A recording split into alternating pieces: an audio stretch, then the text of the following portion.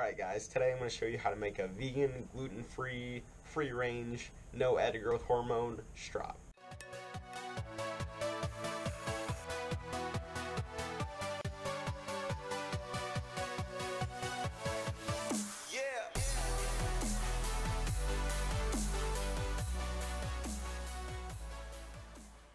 This is a really cheap strop. It was about $8 and it's basically a bunch of leather particles glued together on a piece of plastic. This is an old pair of blue jeans that I cut up because I got really fat and ripped them. Now, looking at these and feeling them, they have about the same texture and they're also pretty strong.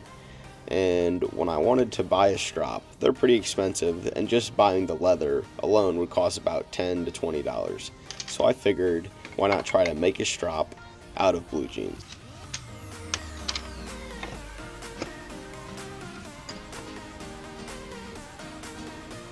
Now I've clamped up this old piece of cedar that I got off of a grill that someone was throwing out, and I'm starting to round off the end. So my idea was that I could wrap the blue jeans around that and then I could strop rounded chisels.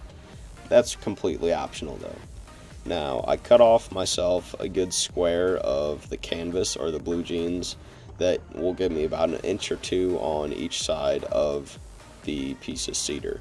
And the cedar is basically the backing for the strop to give it some support.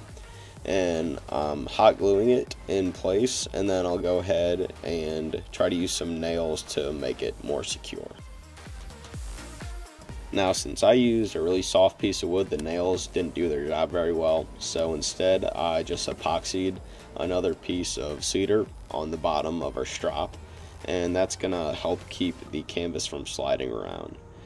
And another thing we can do to tighten up the canvas so that it doesn't fold is stretch it as much as we can and then pin it down with another nail or a tack.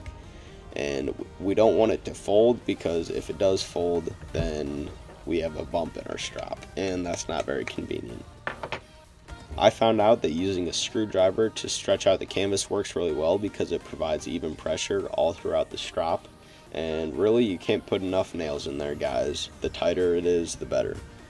Now, to secure the strop, I'm cutting off a piece of square stock, and I'm just going to end up wood gluing it to the bottom of that, so when I want to use the strop, all I have to do is chuck it up in the vise.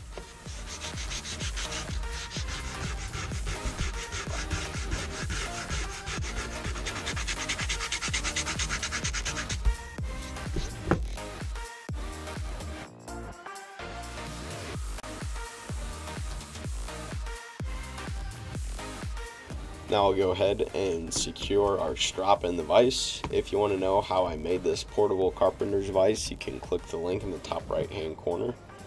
Now the compound I'll be using to strop my knives or blades is turtle wax, and that's mainly used for cars to polish up stuff like headlights or chrome, anything like that. And I figure if it's used to polish up cars, it can be used to polish up a blade and refine the edge to make it nice and sharp. And so far, it's been working great for me. I'm going to go ahead and strop this little block plane blade, and you'll see how sharp it gets it. So if you guys have any questions, let me know in the comments. If not, thank you guys for watching, and I'll see you in my next video.